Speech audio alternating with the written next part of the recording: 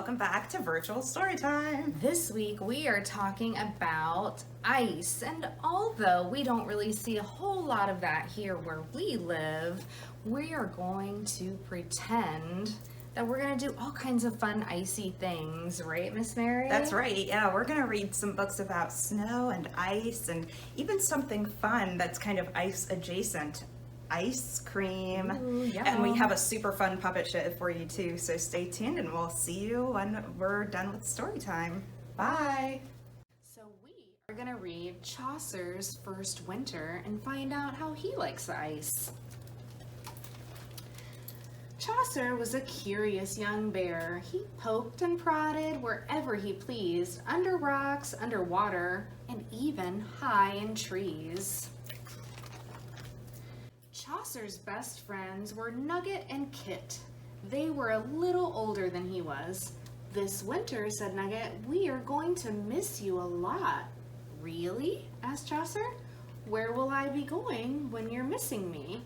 "Sleeping," said Kit. "That's just what bears do." Chaucer's parents admitted that this news was true. Bears do like to snooze. What do you sound like when you snooze? Do you go? His father observed. "It's very restful," his mother added, "which is good for growing bears." Chaucer was not convinced. Pretty soon it was time for the bear's winter nap. Chaucer's parents closed their eyes and began softly snoring. Chaucer was still wide awake. So he stood up. He stretched. "Can you stretch?" Ugh. And he went back outside. White flakes were tumbling through the air. He caught one on his nose and two on his tongue. They were wet to the touch and then melted away. "It's magic," he said. His friends were very surprised to see him. "Why aren't you sleeping?" asked Nugget. "I was curious," said Chaucer. "I wanted to see what winter was all about." Kit nodded. "Well, first we must teach you what to know about snow." Chaucer was ready. Chaucer saw that snow made everything look different. "It's like the land is wearing a disguise," he thought. He paused uncertainly at the top of one familiar hill. "How do we get to the bottom?" he asked. "You'll see," said Kit. And they had themselves a wild ride. That looks like fun. They slid down. Over the next few days, Chaucer learned all about snowball fights. After a month, the pond froze over. "Careful," said Nugget as they stepped out. Kit nodded. "You have to get used to it." Chaucer's paws felt funny on the ice. He was much better at sliding than gliding. Chaucer loved everything about winter. The glittering rows of icicles, the pine trees dressed in white. He even enjoyed the coldest winter nights. One gray morning, Chaucer, Nugget, and Kit were out exploring. It started to snow, and it started to blow. Chaucer sniffed the air deeply and began to make giant snowballs. "This is not a good time to play," said Kit, but Chaucer knew what he was doing. What do you think he's doing? He built them a safe place to watch the storm pass. Looks like he built an igloo. The storms grew gentler after that. The sun got stronger and the days seemed longer. "There's a change coming," said Nugget. Kit took a deep breath. "I can almost smell the flowers." But Chaucer was sorry to see winter go. Chaucer headed back to his family's cave. When he got there, his parents seemed to be just waking up. "Wait till you hear about winter," said Chaucer. "There's so much to do." "Really?" asked his mother. "Who would have guessed?" his father added. Chaucer wanted to tell them all about snow and ice and sledding down hills. He really did.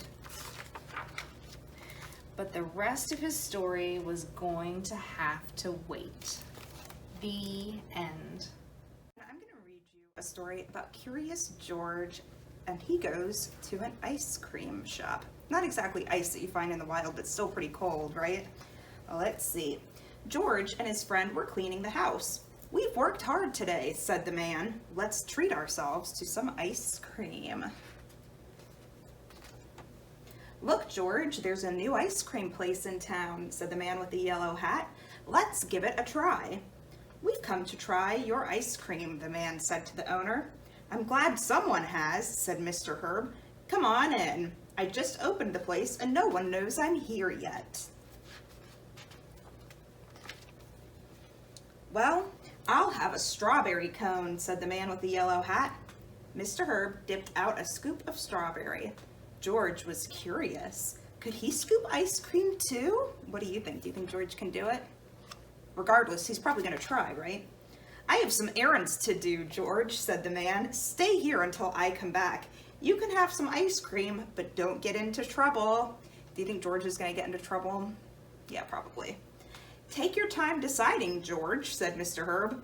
"I'll start on a special order I have to fill." What do you think's going to happen? George couldn't make up his mind. There were so many flavors to choose from. Mr. Herb was busy filling a bowl with ice cream. "This is my first big order. It's for a party and it has to be just right." Just then, the phone rang. "That might be another order," said Mr. Herb, and he went to answer it. The next thing you know, George had climbed onto the counter and picked up the scoop. Uh-oh. He dipped it into the banana ice cream and put it in the bowl. Then he dug into the strawberry, the nutty walnut, the raspberry, and the chocolate. Soon there was a mountain of ice cream in the bowl. George was just about to put vanilla on top of peppermint when... "George," Mr. Herb yelled, "that's not what my customer ordered. Now I'll have to start all over again," he said. "Get away from here." Mr. Herb was angry. Uh-oh. George was scared. He ran over to the other counter in front of the window. There were jars of cherries, nuts, coconut, whipped cream, and all kinds of sauces. There was even a bowl of bananas. Have you ever had a banana split? They were pretty delicious. George put some bananas in a dish, then he added raspberries, chocolate chips, and whipped cream. George was getting hungry. Suddenly, there was a tapping on the window. George turned around. Outside, there was a crowd watching. "Add some nuts, George," called a boy. "Try the sprinkles," said a girl. "Don't forget the cherry on top." How could George forget the cherry?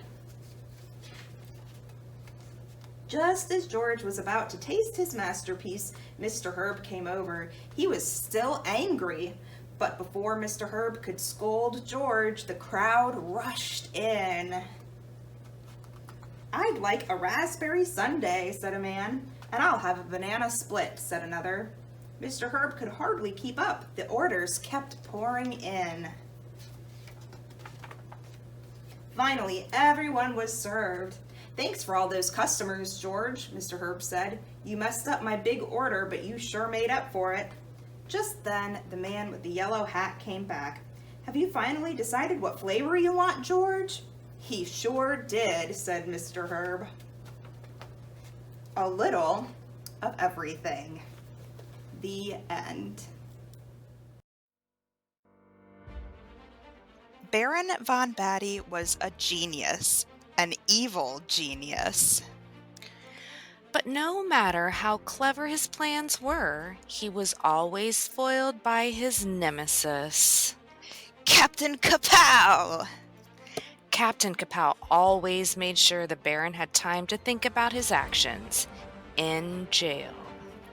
But all the Baron ever thought about was his next invention, and escaping. Which he did, every time. Then one day, during a routine ice ray experiment, the unthinkable happened. His aim went astray and he froze Captain Kapow in a solid block of ice. The Baron couldn't believe his eyes. He had actually caught Captain Kapow. Baron von Batty had won. No one could stop him now. He could do anything he wanted.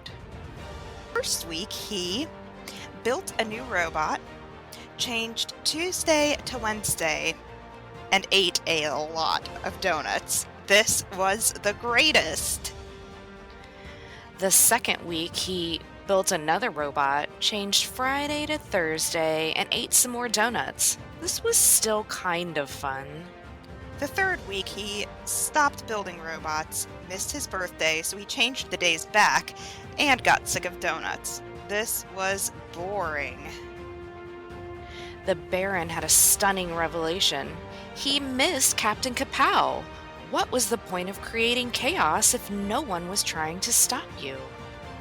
The Baron rushed back to his lab and spent the night building a heat ray. He flipped the switch and melted the block of ice that was holding the captain within it. The captain sprang into action, catching the Baron and smashing the ray. Then he dropped the Baron at his home away from home, his jail cell. Things were right again.